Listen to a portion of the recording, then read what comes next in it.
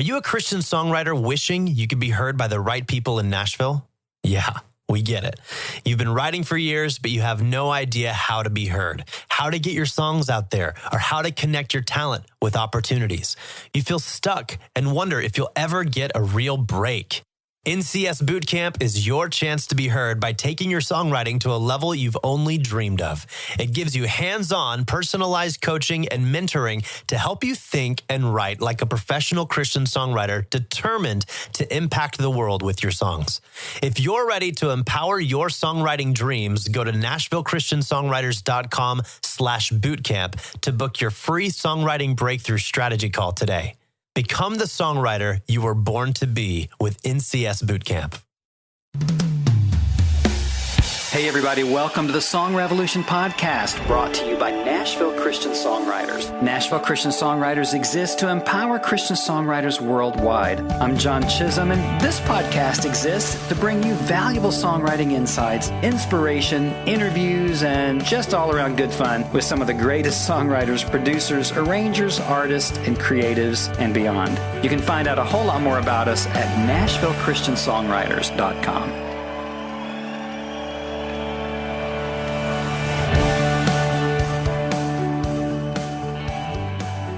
Hey everybody, John Chisholm. Welcome to the Song Revolution podcast. And I had to sing it like that little Dr. Pepper guy. I think he's so funny. I mean, he's so little and he holds up that great big can of Dr. Pepper. Maybe I'll go for a sponsorship or something and get them behind our show. But anyway, welcome. I'm glad you're here. Have another fantastic episode today with Pat. You're a good, good father. Barrett, co-writer of that song with Anthony Brown, that song that's affected the whole world and taken us deeper into a sense of the fatherhood of God. What a blessing. What a gift. And I think you're going to really enjoy Pat Barrett on the show today. We have so many things going on around here at Nashville Christian Songwriters. We exist to empower Christian songwriters worldwide. Our podcast, our NCS membership, our NCS weekend intensives. We've got another one coming up September 27, 28, and 29. That's 2018 if you're listening at a later date, but you can always find out these things at NashvilleChristianSongwriters.com. And it's cool. We have a great new website. If you haven't looked at it recently, I invite you over there because it's cooler, it's finer, it's awesomer than ever. So go check us out there at NashvilleChristianSongwriters.com. Back to the show for today. Pat Barrett, writer of Good, Good Father with Anthony Brown and writer of so many other great things, has a brand new record out with Bowyer and the Bow Records, which is Chris Tomlin's brand new label. And Pat is the premier lead dog on that whole new thing. And I think you're going to really love his new record. It's just titled Pat Barrett. Great contributions from Stephanie Gretzinger and Amanda Cook, produced by Ed Cash. And I think it's the beginning of just a fantastic new season of songs and recordings and worship leading from Pat Barrett. So thanks for being with me. Today we got just, I think an angel just got its wings. So hallelujah. Did you hear that bell? Can you hear the bells? All right, enough of me, you guys. I need some lunch or something. You guys sit back and enjoy with me today, Pat Barrett.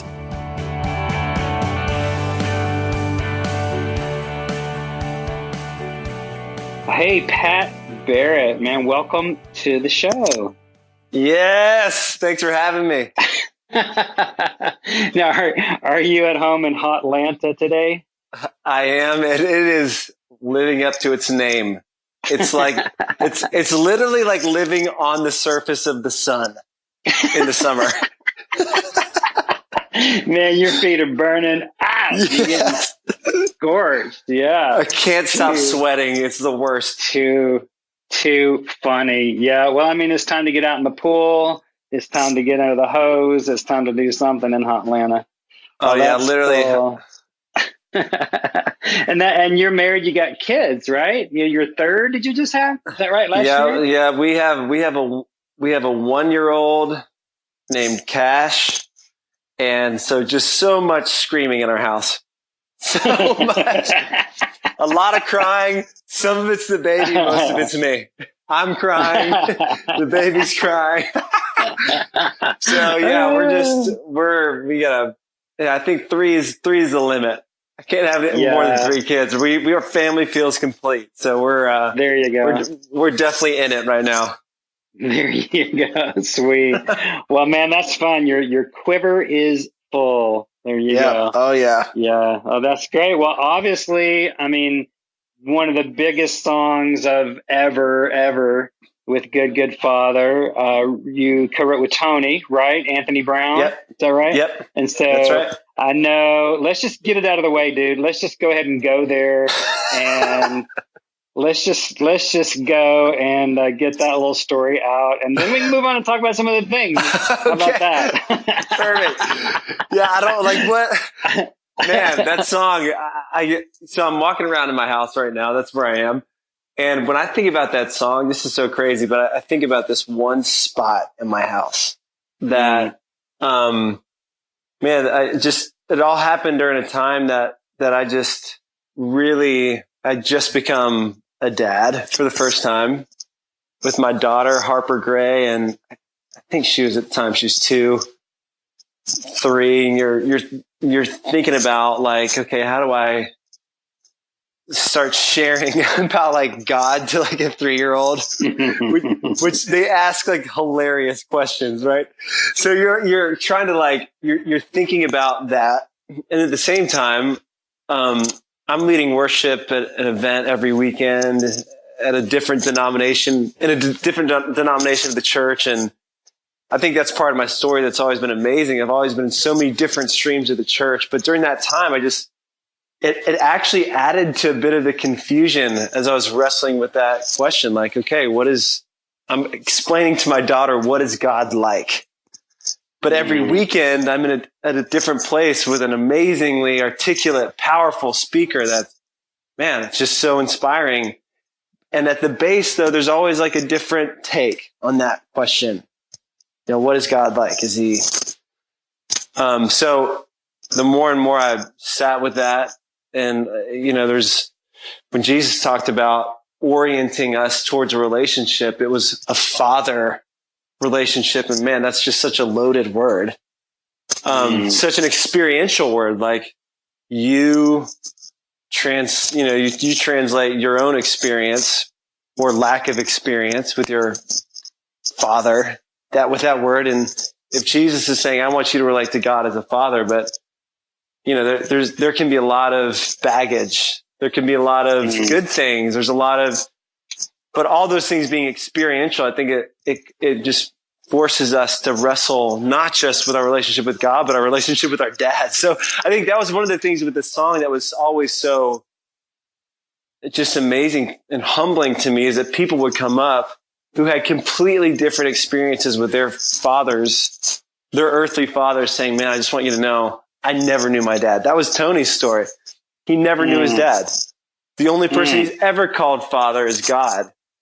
And for me, I had an amazingly present, engaging father in my life. I had an amazing example of that. So, but the song was still resonating with me to encourage me that God was like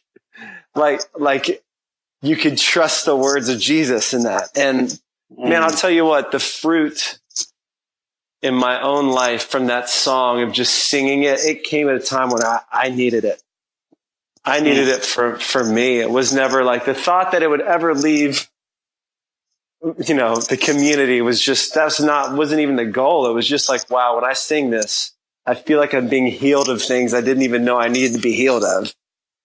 And it just really connected with our own church. And then, man, outside of that, it blows my mind to just hear of all the places and all the stories and testimonies of, it never gets old to me. It's shocking. I'm still shocked. Jeez. Wow. Yeah, man. And then, wow. And it does bring such a neat, I'll use the A word, anointing, when we all sing it, on this end, it's like, oh my gosh, I am getting healed or whatever, or blessed, or, it's deep, man. So how did Tomlin get a hold of it and then take it to the world?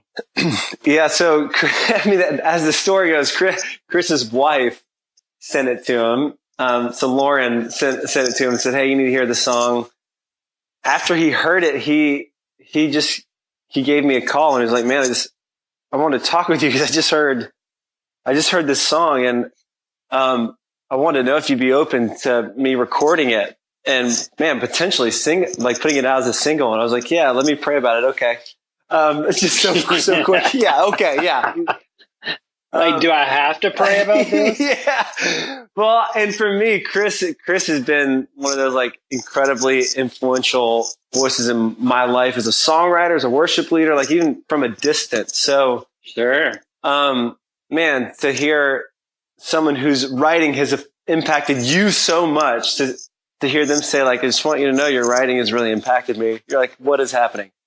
Totally. Especially as a songwriter, just so encouraging. But I mean, from then on, like that really was kind of the beginnings of a lot of next things. I mean, hilariously, like when we went in, Chris invited me to be a part of the recording of Good Father in Nashville when he did it. So I'm playing acoustic on it. I'm singing some BGVs on the track.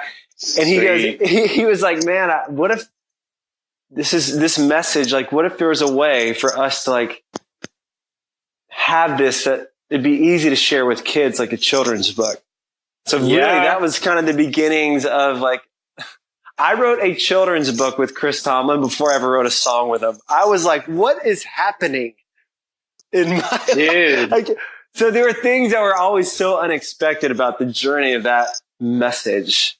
And man, it was just really, it was a beginning of just some really special, an awesome friendship. And then, man, just what Chris being able to carry the song and share it with the world in the way that he does is just amazing. I just love it. And isn't it crazy how God just has used something that grew up organically, you know, because you were doing the Housefires thing and y'all were recording and it wasn't like that was a new concept for you, right? And you had this amazing fellowship at Grace Midtown, which I'd love to hear a little bit about that too in a second. But, you know, this heart-driven, simple thing, you know, that you just described, starting out of just trying to communicate the Father character of God has hit such a nerve throughout the world and catapulted you into, now you're a freaking children's author too, man. What's going to be your next book, right? Yeah, exactly. Who knows? I cannot believe that children's author is even a part of my... I think you need to do Good Mama. I mean, I don't know. Exactly. I think that should be next, right? Oh my gosh, that would be amazing. Tell us a little bit about Grace Midtown. You know, what are you still involved there? You've got your buds, you know, your posse there with Tony and Nate and Kirby, and I've been reading about all these people, you know, and it's like, is that still a thing now that you're so busy? And tell us a little bit about the church and then the community there. Yeah, I'd love to. I mean, we've, you know, when we did the first Housefires recording, I mean, life was a lot different then. The life stage. So, I mean, since then, it's been amazing. Nate, he actually is living in Nashville now. He's a part of Church of the City. Great church. One of those campuses. And so what already was like a local expression for our community, we've kind of had to walk through changes and, you know, figure out what continuing to write and worship together looks like. We still have the Housefires worship nights once a month in Atlanta, but really like the Grace Midtown community, that Grace Midtown is a part of a family of churches in the Atlanta area. There's one in DC as well, but I mean, it was really just so many writers, creatives. We were always writing our own songs. You know, songwriting was always a part of it. But for Housefire specifically, that expression was really a way to share more of the communal sound that was so present in our church, because we have the way we're kind of organized. You have Sundays, but then you have house churches that meet throughout the week. So that, you know, so it's not like either or, not just house churches, but it's like, sometimes it's a meal, sometimes it's worship, but the real life texture, that's not just Sunday morning, here's an hour, here's a message, go home. It's like, people in your life, and worship in that space just sounds so different than, oftentimes worship just on a Sunday morning. Like it's longer. There's so much spontaneity.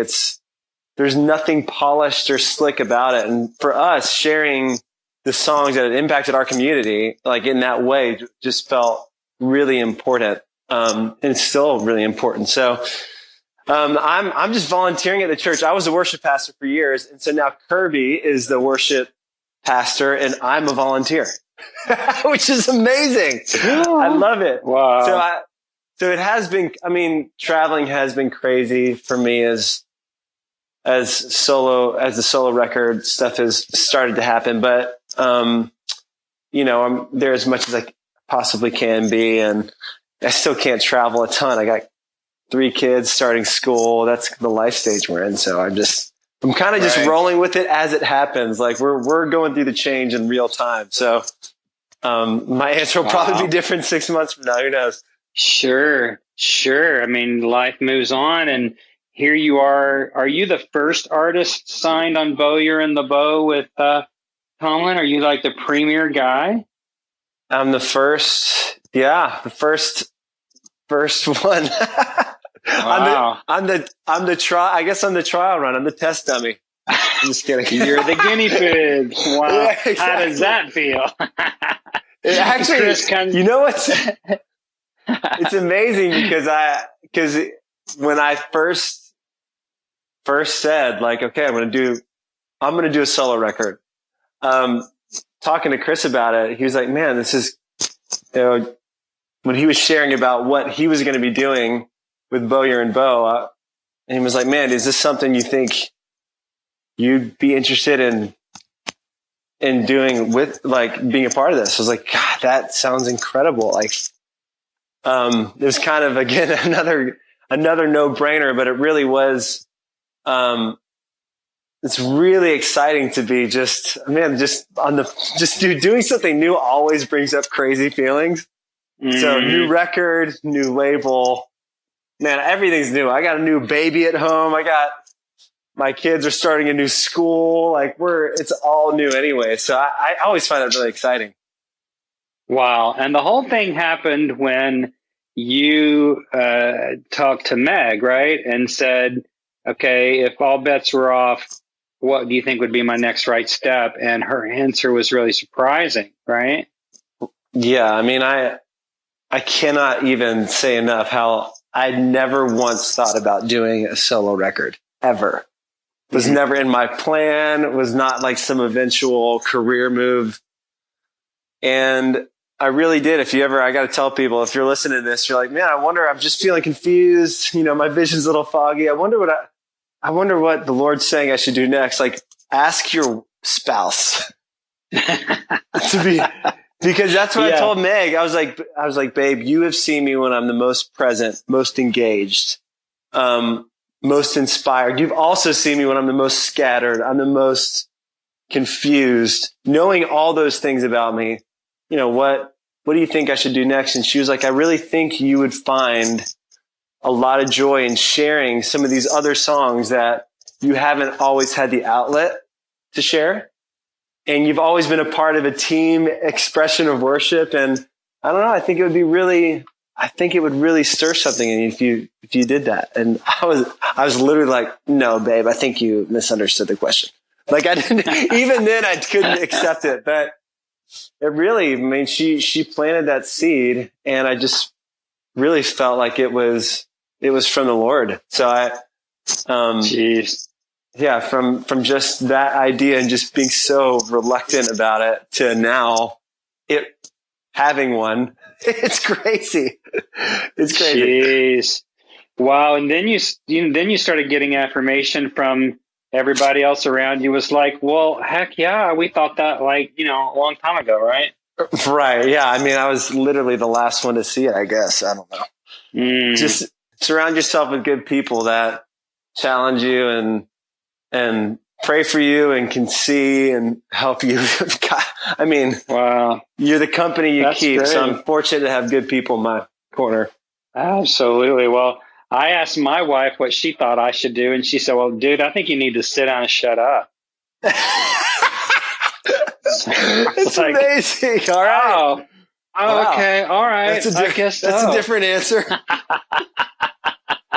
I think you need to shut your pie hole and like sit down. 'Cause you need to get it back together, dude.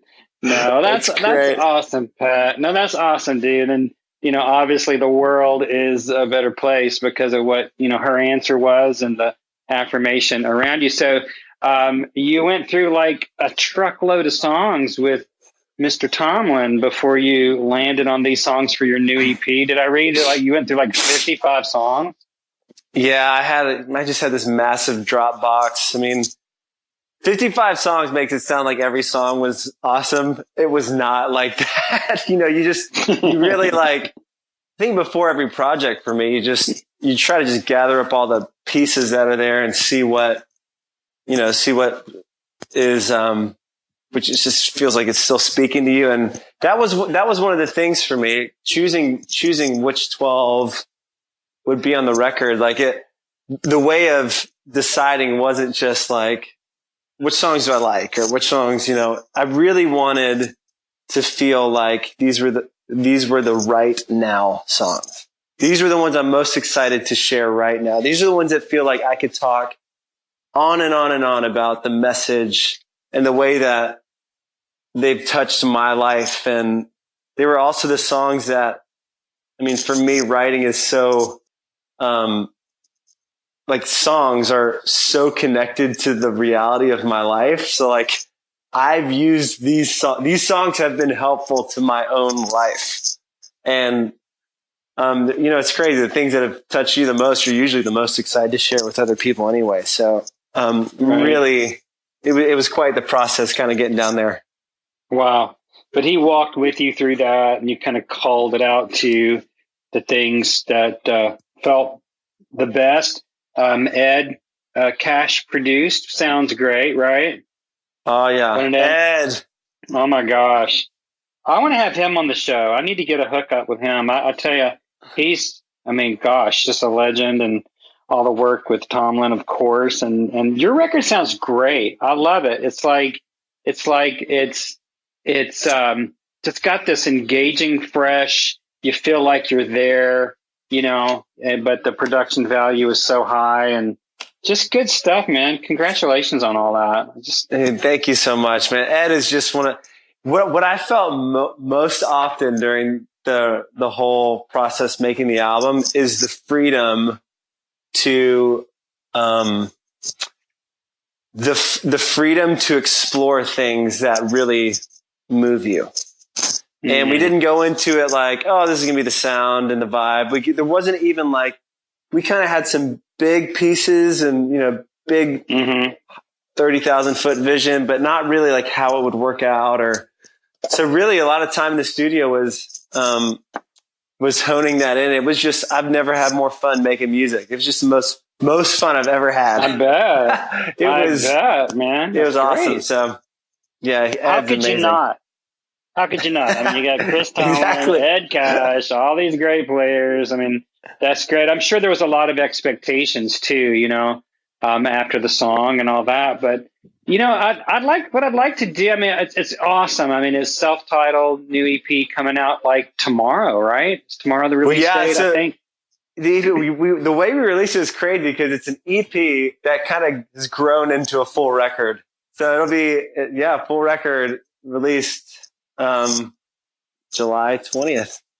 Yeah. Well, listen, that's all amazing. I mean, just what a journey, and your life is absolutely full. But if you can, I mean, what are your real motivations? Obviously worship, you love Jesus and all that, but take us a little into the inner sanctum if you want to, what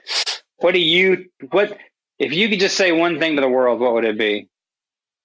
The message of Jesus is, I can almost say more relevant now than ever before. I think it's always been relevant, but man, the need for songs and art and expression that feels like transcendent love and freedom for people I just see it. Being a part of that message is so inspiring to me. And it's crazy. There've been a few experiences in my life where I've met somebody that you can tell just they're not preaching because they want to build their own platform or whatever. They're doing it from an act of service because they've been so impacted by God themselves. And I think there's a simplicity to that in me. Like I think back to when I was 16 years old and I said yes to God for myself. Like I grew up in the church. My dad's a pastor. So there's part of like, of course, the cultural inherited Christian values that happen if you grow up around it. But saying yes for yourself and what that does is I think it's really important. Realizing that I just found such energy and hope, realizing that I can contribute, or I get the opportunity to even contribute to the conversation of how we talk about God. Why does this message even matter? And that it can change our lives and the way we not just, learn about Him, but the way we love each other. I think that's what I'm really, really passionate about. Wow. And so that comes out in your ministry, obviously, in the way that you lead, the way that you converse with people around the topic of worship. Because if worship isn't really changing us and making us better people, what's it about, right? Yeah, like totally. And this is such a weird phrase that I've started to use, but I love worship songs that make us look down. And which is kind of like a weird, I know, like usually it's like we lift our eyes, we look up, set your eyes on things above, which is totally like, of course we do that. But I know the heart of God is that our worship would affect everything else. It should affect our finances, the way we trust Him with our money, the way we trust Him to provide. Like that's a very grounded down thing. Our worship should affect the way we love our wives and our spouses and the way we raise our kids. Our worship should affect the way we forgive people that are like, that's a very like grounded down here thing. I want, so songs like that, like those are the things for me that I've found not only to be the most helpful for my own life, but also the most inspiring because it has the ability to challenge our current way of thinking at times. So, I hope that songs continue. I hope we continue to write songs that do that. That's why I like Build My Life. It's one of those songs for me. It makes me look at my feet and what I'm standing on. Am I standing on my desire for everyone to love me and, mass approval of people? Am I standing on an insecure idea that I have to be liked and everyone has to love everything I do? What am I like putting my feet on? So, I don't know. I just love that. That's powerful. And I love flipping that concept because, we always think of God as up there and out and away and beyond. And He is. I mean, He's the transcendent God, but He's also the immanent, the very closer than your breath God, So when you're looking down without becoming a navel gazer and, looking right. But I mean, still some people out there listening probably have never heard that term, but, without becoming, just so focused on yourself, but realizing the nearness of God. So I love that, dude. Yeah. Looking down instead of looking up. So let's talk just real quick about your song process, because you're obviously a deep thinker. You're experiencing a lot of stuff after a flurry of all this success and awesome stuff after years of writing. It's not like you just started. So how do you approach your process, and do you feel it's changing at this point, now that you're involved at such a higher level? Yeah. I mean, man, my process, I feel like I'm probably as random as anybody. What I've really tried to do, like in the most basic level, is I've tried to be sensitive and awake to the things that inspire me. And what I mean by that is I don't just mean like a song. I mean, like, it's like when you're listening to a song, but then all of a sudden it's more than a song. Or you hear like a line in a movie that all of a sudden it's not just a line in a movie. It hits something. So that's what I literally, my phone is filled with notes of, man, I heard this line. I don't know why this is so inspiring me. This movie, the bridge of this song, this idea, this phrase, this, like, I have thousands of notes on my phone of just things that for whatever reason in the moment I was touched by it. And so with songwriting, what I try to do is follow that feeling and not force myself to, put a song in a certain framework or mold or whatever. Like I've found that for me, that's not the best approach. So that's what I try to do. So like Build My Life, that song took like 4 years to write because I tried to put that bridge on every song that was being written. I'm like, oh, I got a bridge, and it just would never fit. And, and it wasn't until, there was another idea that hit me. I was like, oh my gosh, those two things together, that moves me. This moves me. So I mean, that's what I would encourage people as well. Like, become almost like a disciple of the things that moves you, and ask, like, why did that move me the way it did? Is there language behind that you can help articulate? So like, so many songs on the new record started as a line in my notes that were just like, for whatever reason, this was really important. Man, that's one of them. God, this is one of them that I love. I'll just share this, but what do I have that hasn't been given is the line. It's the first line to a song called Be Still, My Soul. And it really was it was a way. It's what David said when he was gathering like materials to build the temple for Solomon.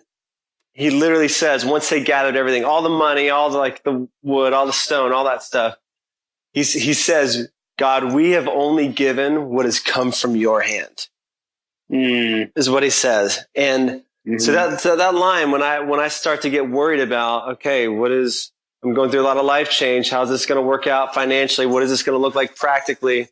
How is this going to remind yourself that all that you have was a gift from the start anyway. And the way you hold it really matters. It can be liberating or it can be imprisoning. So I don't know. I think we've all felt that at times. So there are lines like that for me helped me walk through a time in my life that I was like, I needed this. I need to remember that I don't have to white knuckle grip my life and try to control everything. I can't even control the next beat of my heart. Why would I try to control anything else? So, I think there's something in that with songwriting that's been, for me, I've found it to be just really, really like a fruitful thing. Yeah. Sweet. Okay. So songs for you they come at you more like ideas, essences, if you will, of things. Yeah. Maybe it's a snippet of a line, like you said, but then you kind of craft from there. I'll just sit down and start cranking away at other ideas and see if one thing leads to another. And I will sit down with a line and sing it over and over again for months, until it feels like it's done. And I guess there's the classic, when is a song ever done? But until you feel like, okay, this thing is where it's supposed to be. And and I ask myself, am I excited to show this to somebody else? Do I so connect with this that I'm like, oh, listen to this? And I don't mean listen to be impressed. I mean, like, I think it's really important for me, at least, to be connected and inspired by the things that I'm sharing.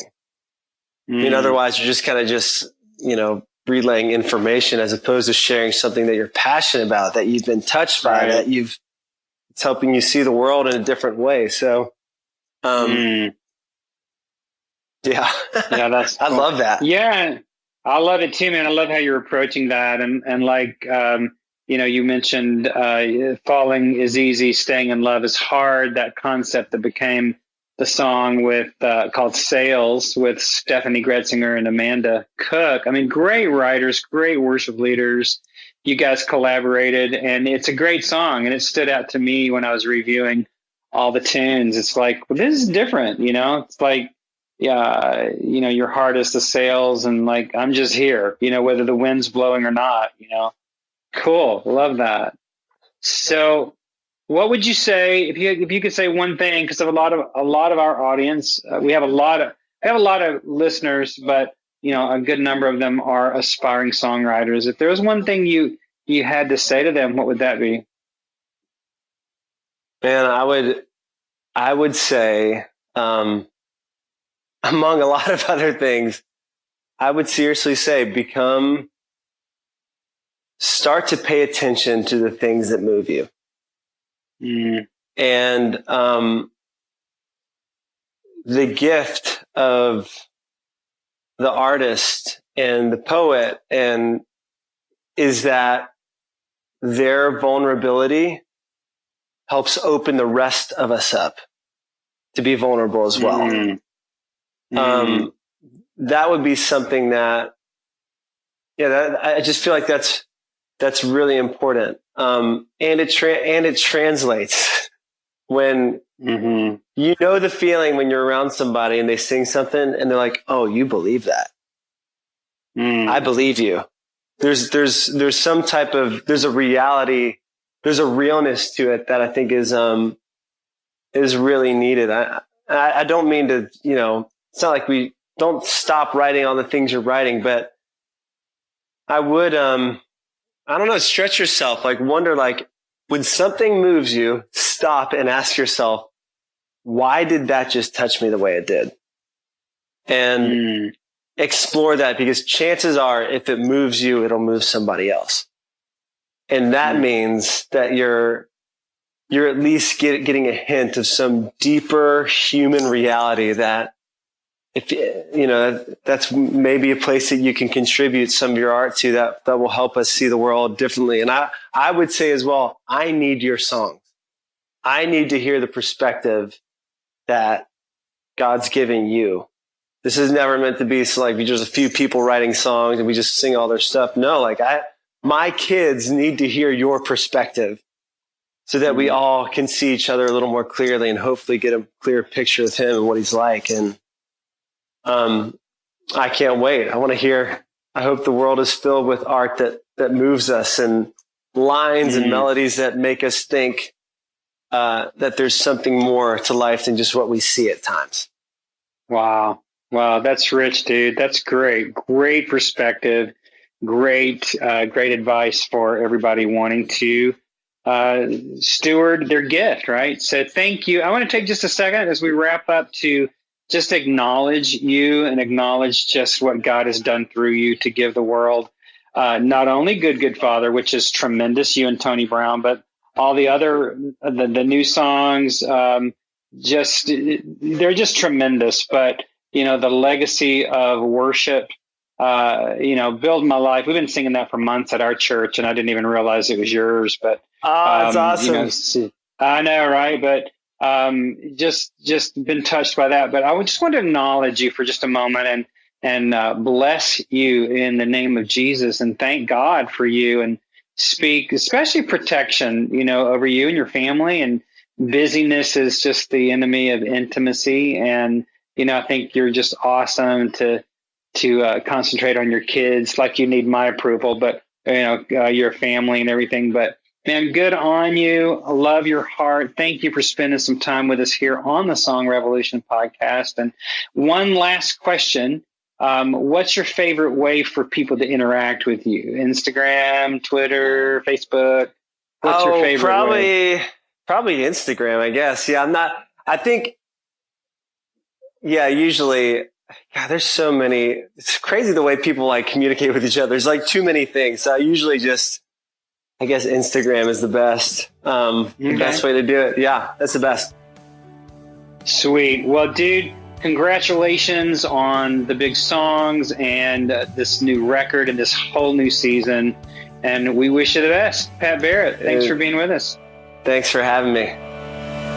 Thanks for listening in today on the Song Revolution podcast. If you're wanting to take your songwriting to the next level, be sure to jump over to NashvilleChristianSongwriters.com right now to check out all the valuable resources that we have there for you, especially NCS membership, where you can go deeper into a community of like-minded songwriters and tap into encouraging blogs, videos, powerful masterclasses, and a whole lot more to get you where you really want to go. I'll see you next time.